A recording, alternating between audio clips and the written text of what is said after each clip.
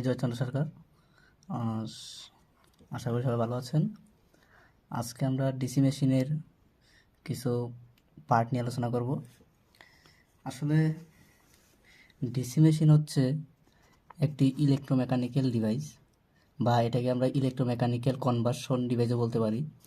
কারণ এখানে দেখা যায় যে ইলেকট্রোমেকানিক্যাল, তাহলে এখানে দুটি ডিপার্টমেন্ট দেখা যাচ্ছে, যেমন হচ্ছে ইলেকট্রিক্যাল আর হচ্ছে মেকানিক্যাল। তাহলে ইলেকট্রোমেকানিক্যাল সমন্বয় করে এটাকে বলা হচ্ছে ইলেকট্রোমেকানিক্যাল ডিভাইস, ঠিক আছে? তাহলে ডিসি মেশিন কি? একটি ইলেকট্রোমেকানিক্যাল কনভার্সন ডিভাইস বা ইলেকট্রোমেকানিক্যাল ডিভাইস। আচ্ছা, তারপরে ডিসি মেশিন হচ্ছে এটি দুভাবে কাজ করতে পারে। একটি হচ্ছে মোটর আর একটি হচ্ছে কি জেনারেটর।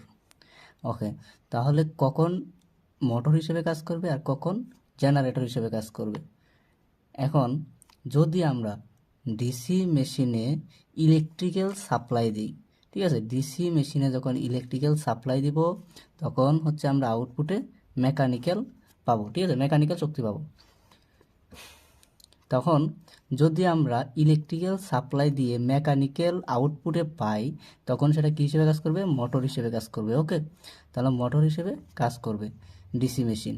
আবার যখন আমরা মেকানিক্যাল সাপ্লাই দিব, কী করব? মেকানিক্যাল সাপ্লাই দিব, তখন হচ্ছে আমরা ইলেকট্রিক্যাল সোর্স পাবো। ওকে, ইলেকট্রিক্যাল সোর্স পাবো, তখন মোটর কী করবে?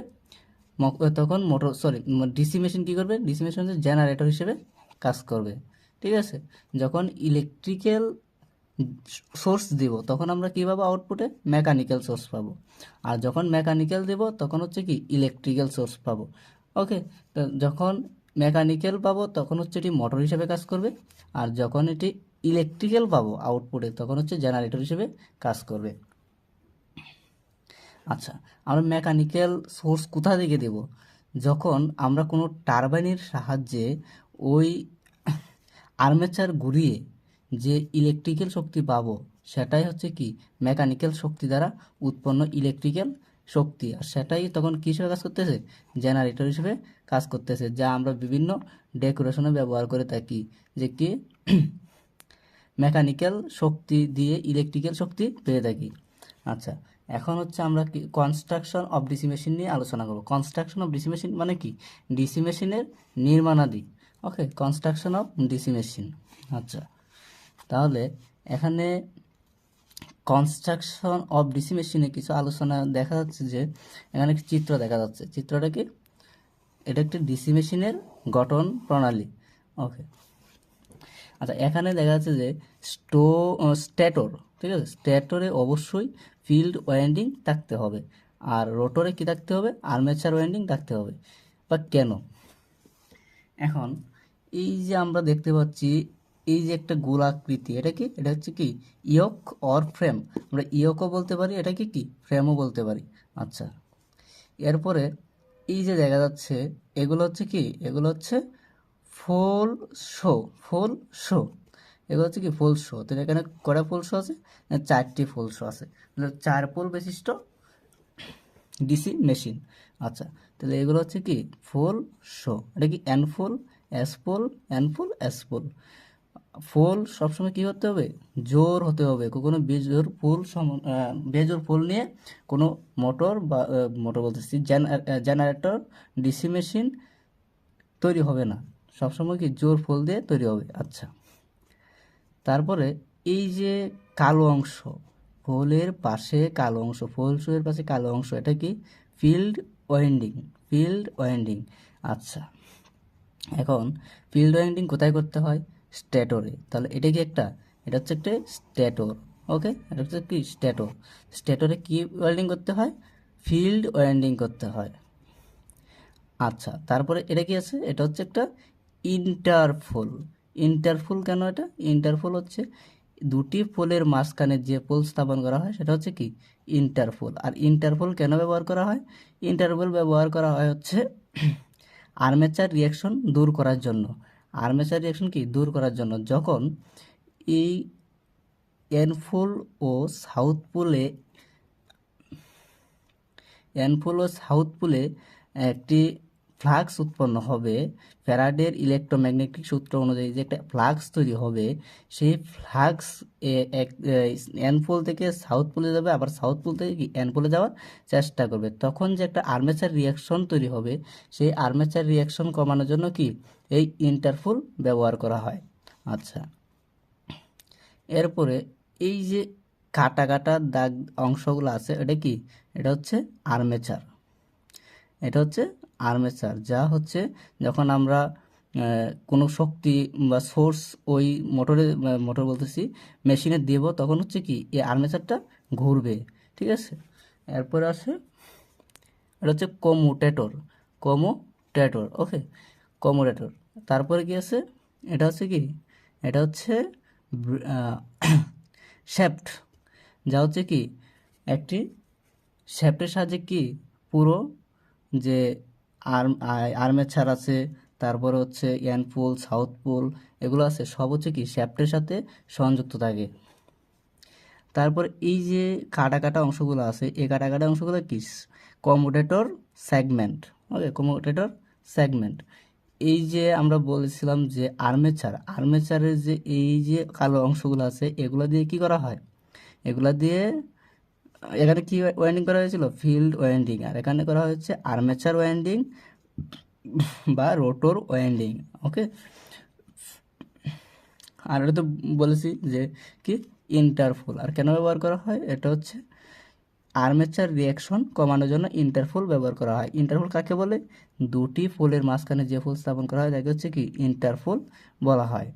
আর ব্রাশ, এই যে এতটুক অংশ হচ্ছে কি ব্রাশ। আর এই ব্রাশের সাহায্যে কি করতে পারি আমরা? যখন আমরা এই মেকানিক্যাল সোর্স দেই, তারপরে ইলেকট্রিক্যাল সোর্স পাই। আর এই ইলেকট্রিক্যাল সোর্স পাই কার দ্বারা? এই যে আমরা ব্রাশ আছে, এই ব্রাশের দ্বারা আউটপুটে আমরা এই সোর্স পেয়ে থাকি। ঠিক আছে, যার দ্বারা আমরা বিভিন্ন ধরনের লাইট, ফ্যান বা ইত্যাদি আমরা জ্বালাতে পারি বা চালাতে পারি। তো বললাম এটা হচ্ছে আর্মেচার কন্ডাক্টর। ওকে, তাহলে তো সব গেল নাকি? যাওয়ার পর তারপর আমরা একটা 3D চিত্র দেখি। 3D চিত্রটা হচ্ছে, আচ্ছা, 3D চিত্রটা হচ্ছে এই যে এটা হচ্ছে কি একটা 3D চিত্র। এটাকে যদি আমরা গঠন আকৃতি আকারে দেখি তাহলে এটা এরকম দেখাবে। আর এরকম দেখানোর কারণ হচ্ছে যে এই যে আমরা বলছিলাম কি এন ফুল সাউথ পোল, এন ফুল সাউথ পোল, এই যে এগুলো কি, এগুলো হচ্ছে ফুল, এগুলো কি ফুল শো, এখানে কি ফুল শো। আচ্ছা, আমি যদি এটাকে ভালো করে দেখাই, এখানে কি তৈরি হচ্ছে? এটা কি এস পোল, এটা এস পোল, এটা S pole, S pole, S pole, S pole. এটা হচ্ছে N pole, N pole, N pole, N pole, N pole, N pole. ঠিক আছে, তখন এই যে একটি কন্ডাক্টর, ঠিক আছে, একটি কন্ডাক্টর এস পোল দিয়ে প্রবাহিত হয়ে ওই এস পোলের মধ্য দিয়ে ঘুরিয়ে ঘুরিয়ে, মানে ফোলগুলোর মধ্যে ঘুরিয়ে ঘুরিয়ে, ফোলসের মধ্যে ঘুরিয়ে ঘুরিয়ে কী করা হয়েছে? শর্ট করে আবার এন ফুলের মধ্য দিয়ে আনা হয়েছে। তখন আবার এটা ঘুরিয়ে ঘুরিয়ে এখানে নিয়ে আসা হয়েছে। ঠিক আছে, তাহলে কি একটি কন্ডাক্টরই ঘুরিয়ে ঘুরিয়ে আবার আরেকটি কন্ডাক্টরে, একটি কন্ডাক্টর ফোলের মধ্যে যেভাবে ঘোরানো হয়েছে, আবার কমন করে আরেকটি ফোলের মধ্য দিয়ে নিয়ে আসা হয়েছে। তখন কি হইলো? এই এস পোল এবং এন পোলের মধ্যে একটি এই ফ্যারাডের ইলেকট্রোম্যাগনেটিক সূত্র অনুযায়ী কী তৈরি হয়েছে? ইলেকট্রোমোটিভ ফোর্স তৈরি হওয়ার ফলে যে সোর্স বা তাপমাত্রা উৎপন্ন হয়েছে, সেই তাপমাত্রা অনুযায়ী যে আমরা আউটপুটে কী পেয়েছি? এই যে ব্রাশের সাহায্যে আমরা আউটপুটে ওই শক্তিটা পেয়েছি। আর তার সাহায্যে আমরা বিভিন্ন সোর্স চালাতে পারি। ওকে, বিভিন্ন সোর্স চালাতে পারতেছি। আর কার্বন ব্রাশ সবসময় হয়ে থাকে কি কার্বন। ঠিক আছে, কার্বন ব্রাশ হয়ে থাকে। কেন বা কার্বন ব্রাশ হয়ে থাকে? কার্বন ব্রাশ হচ্ছে এটা কী হতে পারে? এটা অধিক তাপমাত্রা গ্রহণ করতে পারে, এর ক্ষয় কম, ঠিক আছে, অধিক তাপমাত্রা গ্রহণ করতে পারে, এর ক্ষয় কি কম, এবং এটি কি করতে পারে, অধিক তাপমাত্রা বাড়লে রেজিস্ট্যান্স কম হয়। ঠিক আছে, অধিক তাপমাত্রা বাড়লে রেজিস্ট্যান্স কম হয়।